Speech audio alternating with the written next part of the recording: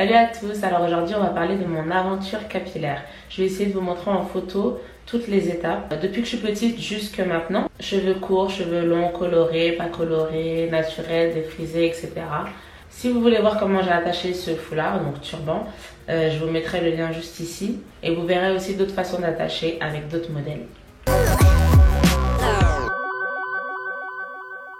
Alors je vais commencer avec une photo de moi bébé. Là vous voyez mes cheveux. Alors je suis née avec une bonne touffe, j'avais pas de problème, tout allait bien. Ma mère savait très bien s'occuper de nos cheveux. En grandissant elle me faisait des nattes comme ça. Des coiffures de petite fille toujours. Puis ensuite mes cheveux ont commencé à vraiment pousser, en longueur, en volume. Et elle a vite été dépassée, donc elle m'a défrisée. Mais malgré que j'avais les cheveux défrisés, c'est toujours en bonne santé. Ils étaient toujours longs, volumineux. Ensuite, j'ai commencé à faire des petites coupes. Je devais avoir 15 ans, 14-15 ans. Je commençais à couper mes cheveux, faire des franges. Enfin voilà quoi. Donc ensuite, j'ai commencé à faire des tissages. J'en faisais tous les mois. Je faisais un tissage, je laissais mes cheveux un petit peu reposer. Et puis je refaisais un tissage ou des mèches. Je faisais beaucoup de coiffures protectrices. Et vu que je m'occupais de mes cheveux toute seule, à chaque fois que j'enlevais une coiffure, je les défrisais. Parce que je voulais pas avoir de racines crépues. Ensuite, je crois à 17 ou 18 ans, j'ai commencé à regarder des vidéos YouTube et je voyais plein de filles qui passaient au naturel et elles avaient des beaux cheveux. Et finalement, j'aimais bien. Donc j'ai voulu passer au naturel. En 2012, j'ai fait mon dernier défrisage, donc à mon anniversaire. Et là, j'ai dit j'arrête de défriser, mais je vais pas faire de big shot. Je vais faire une transition. Donc j'ai commencé à regarder des vidéos sur les transitions sur YouTube.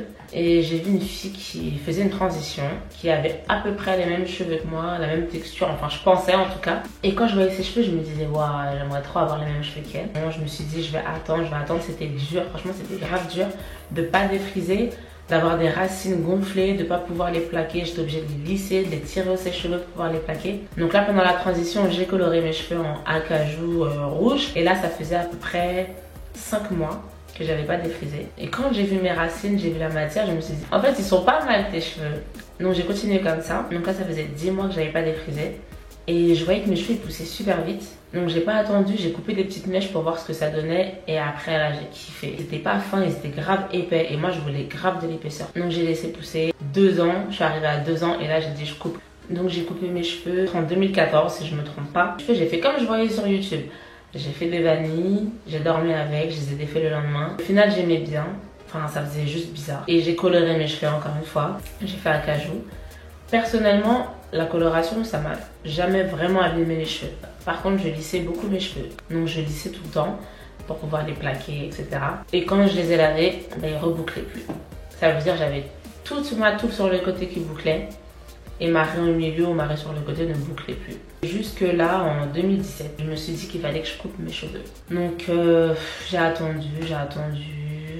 Mais je me suis dit je vais commencer ma chaîne YouTube. C'était au mois d'août. J'ai dit je vais quand même commencer à faire des coiffures avant de les couper. Je vous mets le lien juste là de la vidéo que j'ai fait sur 10 idées coiffures pour cheveux naturels.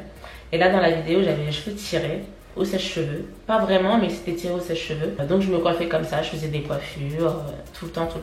J'ai vu que mes cheveux étaient vraiment abîmés. Et là en 2018, donc en janvier, il y a une semaine exactement, j'ai coupé mes cheveux. Si vous êtes intéressé, cliquez juste là après cette vidéo et vous allez voir comment j'ai coupé mes cheveux. Alors pour moi c'est un big shot.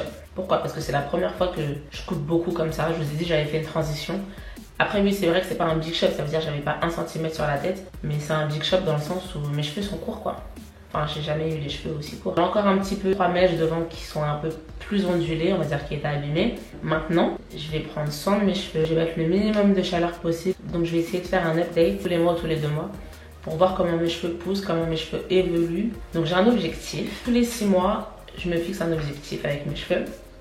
Donc là, je vais vous mettre une photo de ce que j'aimerais avoir dans 6 mois. Donc cette longueur. Je pense que c'est possible. Après, je sais pas. On verra de toute façon. Et je vous mets la photo de mon objectif d'ici décembre, donc à la fin de l'année. J'aimerais avoir cette longueur. Certes, c'est pas la même matière de cheveux que moi, mais je mets vraiment pour voir la longueur et la touffe. J'essayerai de vous poster une vidéo tous les vendredis à 18 h. Donc je vais vous donner des conseils dans mes prochaines vidéos pour vous dire comment s'occuper de ses vrais cheveux. En tout cas voilà, merci d'avoir regardé cette vidéo et je vous dis à très vite pour d'autres vidéos.